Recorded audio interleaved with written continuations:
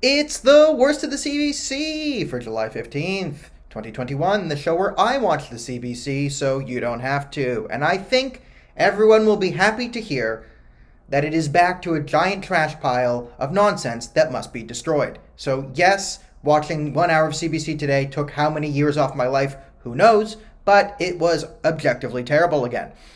Now, I'll start with the biggest omission. The biggest omission is them not covering their favorite organization, or one of their favorite organizations, Black Lives Matter, support for police brutality in Cuba.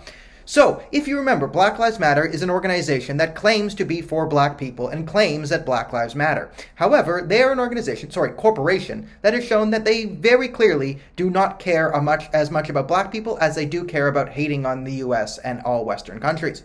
This is seen by their support of the Cuban dictatorship, communist dictatorship, over their support of the Cuban people. While people are being brutalized, kidnapped, actually tortured and murdered by an authoritarian police state, the Black Lives Matter people are blaming America. Now, we could talk about the economic point that they are making by saying that the inability for the communist regime to trade and participate in a capitalist country is the reason why communism is failing. That will require a lot of moral and mental and economic gymnastics. I'm not going to go into that because it's all self-explanatory there. The real thing that I want to talk about is they're not companies. Okay, they claim that Black Lives Matter. They claim that they stand up against police brutality. Now, to go to the second part of this, they are obviously not against all types of police brutality. They're just for the narrative, the random left-wing narrative. That's what they're clearly showing, right? So if it's LGBTQS plus whatever, yeah, Black Lives Matter is there. If it's Israel is bad, yeah, Black Lives Matter is there.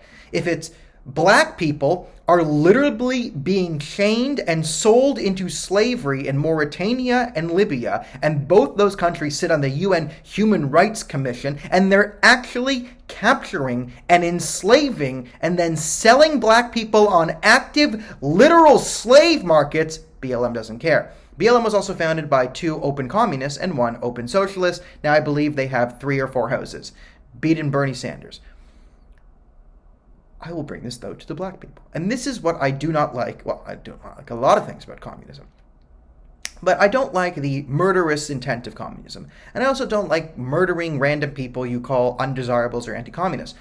There are 2 groups that the Cuban regime liked to murder at the beginning of the revolution. 1, the gays. Not a big fan of the gays. They killed those. And 2, the blacks.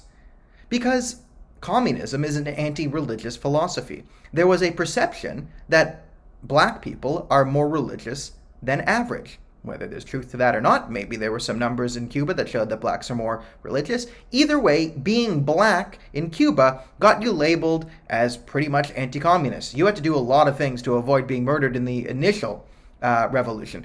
And Che Guevara, the hero of Colin Kaepernick, he was one of the most vicious mass murderers in human history.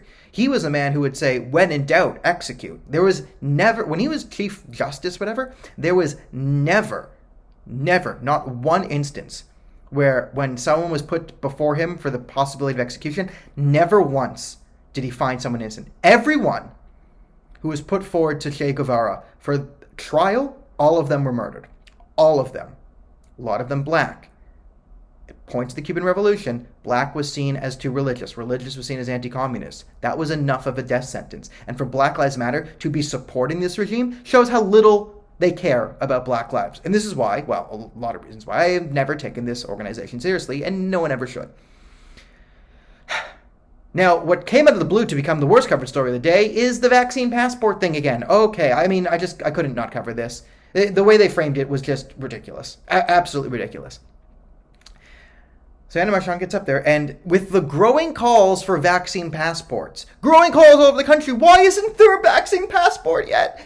They're doing it in Manitoba. You have the QR codes. Why can't we do it everywhere? And they're slamming Trudeau for saying it's for the provinces. They're slamming Ford. They're turning John Tory into a hero. John Tory wants you to show your private medical records. Now, in fairness to them, they did cover the pushback to vaccine passports. Now, it was like, let's say, a 3-minute story. There was exactly one line, one sentence that pushed back. One, only one. They went to a Canadian Civil Liberties Association and had that guy say that you run the risk of this creating a 2-tier society, let alone if there is even the legal framework to even impose this thing.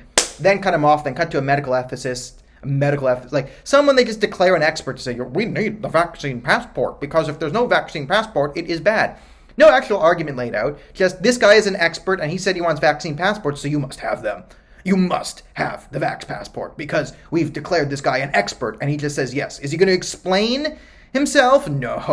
Why he's an expert, guys, and the CBC is trustworthy, so just believe everything on the CBC or we will come for you, okay? I say this a billion times, you cannot force people to disclose private medical information to condition them for the condition of support in the domestic economy.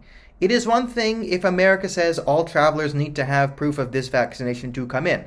I'm not an American, right? The American government, I am not, I don't have the rights and protections of an American because I'm a Canadian. I understand that.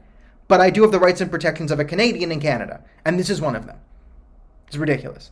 It's absolutely ridiculous. So what did they get in the Rosemary Barton scale of bias?